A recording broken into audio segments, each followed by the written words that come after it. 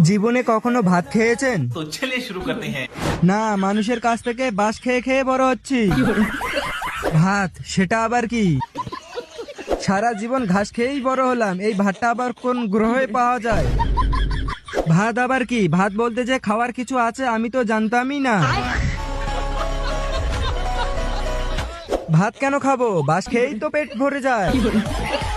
না, আমি প্রতিদিন আমার বিএফ এর মাথা খাই।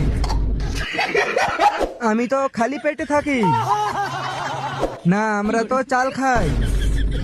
না, আমরা মাটি খাই। আমরা গরিব মানুষ তো তাই ভাত খাই না, গোবর খাই। না, আমি চাল দিয়ে ডাল খাই। বলছি দাদা, আপনি কোন দুনিয়ায় থাকেন? আমি মনে হয় ভুল করে এলিয়েনের দুনিয়ায় চলে এসেছি।